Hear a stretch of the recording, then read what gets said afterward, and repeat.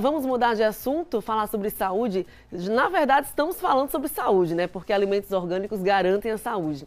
Mas agora nós vamos falar sobre os riscos do colesterol alto. Roda a vinheta, produção.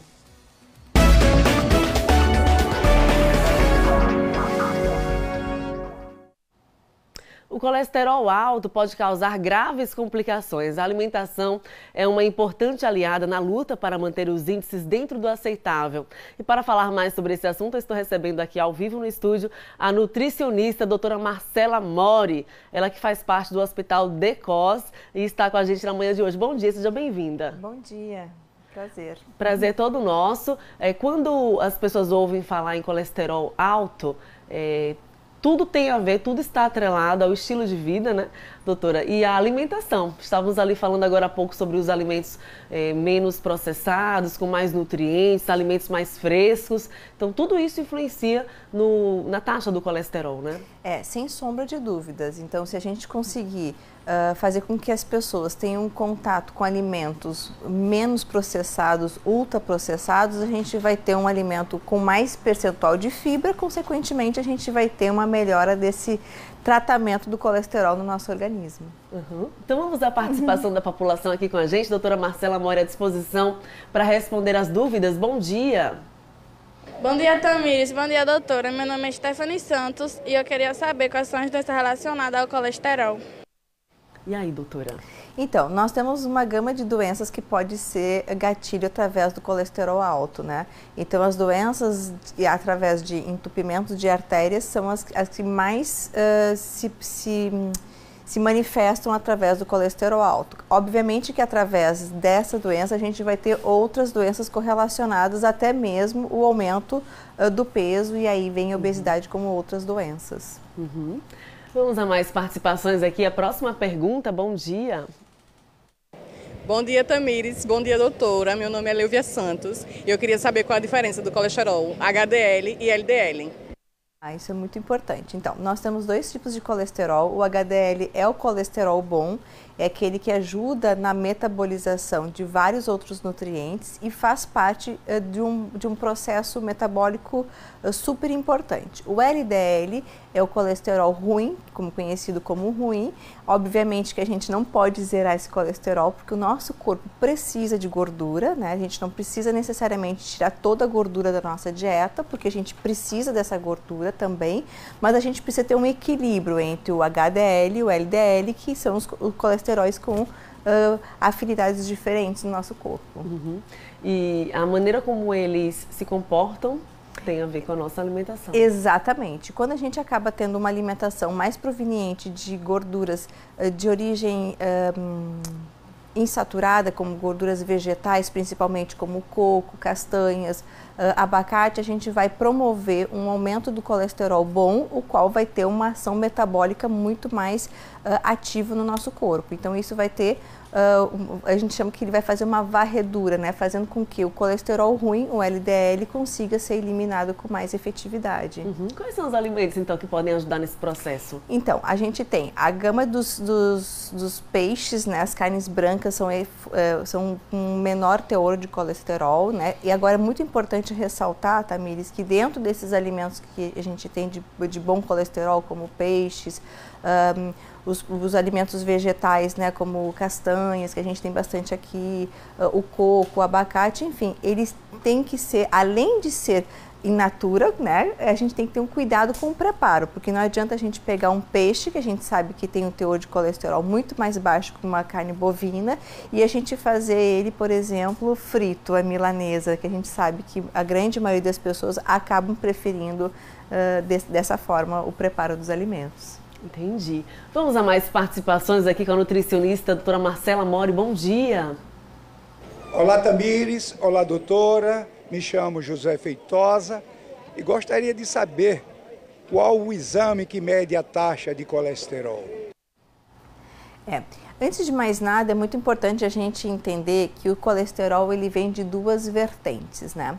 Então, a gente tem a influência pela alimentação, o que representa em torno de 30% do colesterol do nosso corpo, e os outros 70% a gente diz que é um defeito de fábrica. O nosso corpo ele produz colesterol. Bom, através desse perfil, a gente faz o diagnóstico através de um exame bioquímico, o exame de sangue, que é o colesterol total, onde a gente consegue ver as frações de LDL e HDL. A partir desse diagnóstico, a gente consegue, além de tratar uma alimentação voltada para o tratamento do colesterol, como também apoio a um profissional da área da medicina, um médico, um cardiologista, que pode nos dar aí um apoio no quesito se precisa de entrar com algum tipo de medicamento para que a gente possa tratar com mais efetividade esse colesterol. Entendi. Vamos a mais participações aqui, hoje falando sobre colesterol alto, os riscos, como prevenir. Bom dia. Bom dia, Tamires. Bom dia, doutora. Meu nome é Rosaline Santos. É verdade que a água de berinjela reduz o colesterol? A gente tem aí várias dicas populares, né, que as pessoas fazem água de berinjela, água com alho, se melhora, enfim. Para fazer um tratamento, se a pessoa tem colesterol já identificado, a água de berinjela não vai mudar esse perfil. Precisa de fato mesmo mudar a alimentação e associar um bom estilo de vida como atividade física, entre outros. Então, se você tem colesterol alto, é muito importante você cuidar da sua alimentação efetivamente, colocar bastante alimentos ricos em fibra, como farelo de aveia, farinha de linhaça, essas fibras que a gente tem hoje em dia uma gama de opção no mercado e muitas vezes, junto com esse estilo de vida e essa alimentação, o apoio aí de um cardiologista para que a gente possa de fato tratar esse colesterol alto. Uhum. Isso precisa ser com frequência, né, no dia a dia da assim, eu sempre digo assim, que eu brinco, né, que agora essa época do ano as pessoas acabam se cuidando para no final do ano exagerar um pouquinho, mas na verdade a gente tem que se cuidar sempre, né? Porque o colesterol alto é uma doença que, se tiver descompensado, aumentado demais, não tem sintomas, né? Então a gente tem que ter bastante cuidado, pelo menos 2 vezes ao ano, tá fazendo um check-up desses exames, né? Porque pode realmente mudar em 6 meses. Então a gente tem que ter cuidado com isso. Tem que estar acompanhando, já que Exatamente. Já que o alto colesterol, alto nível de colesterol não apresenta sintomas, né, doutora? Vamos a mais participações então aqui com a gente. Aqui no Fala Doutor, bom dia. Bom dia, Tamires. Bom dia, doutora. Meu nome é Richard Brandon e eu gostaria de saber qual a medicação indicada para quem tem colesterol alto. Bom, existe uma gama de medicamentos que fazem um tratamento de colesterol.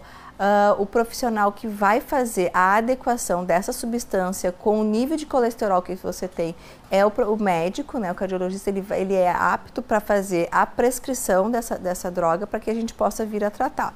Mas sempre reforçando, não adianta somente tomar o medicamento. Existe uma grande necessidade e uma importância da gente atrelar a droga prescrita por um médico e a dieta e o estilo de vida. Então, assim, nunca deixem de fazer a harmonia desse tratamento, né, com todos esses profissionais.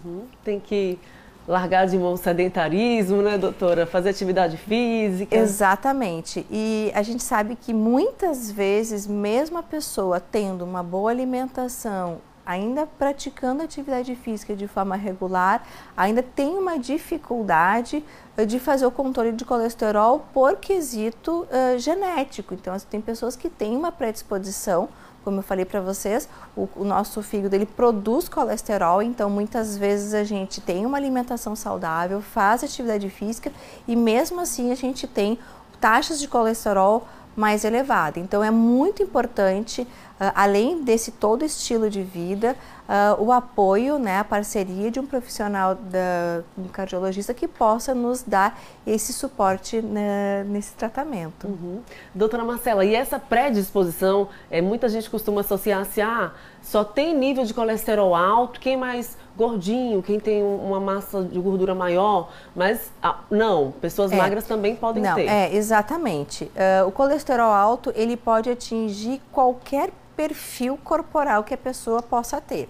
Então, se ele está acima do peso, se ele está no peso ideal, ou até mesmo aquelas pessoas que estão abaixo do peso. Então, não existe uma base que nos identifique isso. Mas um ponto importante também de se destacar é que o colesterol alto, ele pode atingir qualquer pessoa em qualquer idade, inclusive crianças. Então, assim, se você tem crianças em casa, familiares, né, que tem uma característica alimentar um pouco mais voltada a alimentos ultraprocessados, como biscoitos, sorvetes, esses alimentos que são empacotados, que tem na sua composição uma gordura para manter aquele alimento mais tempo de prateleira, que a gente chama que é a pior gordura que a gente encontra nos alimentos, a gente tem que ter cuidado porque é muito comum a gente encontrar crianças de 8, 9, 10 anos que estão no seu peso normal e com colesterol alterado. Fica então o alerta, né? Doutora Marcela Mora, a gente quer agradecer a sua participação aqui, essa nutricionista incrível participando do nosso Balanço Geral, ela que faz parte do time excelente de profissionais do Hospital Decos, parceiro aqui do nosso programa. Muito obrigada, bom dia. Obrigada a vocês, obrigada, Tamires. Obrigada, bom final de semana.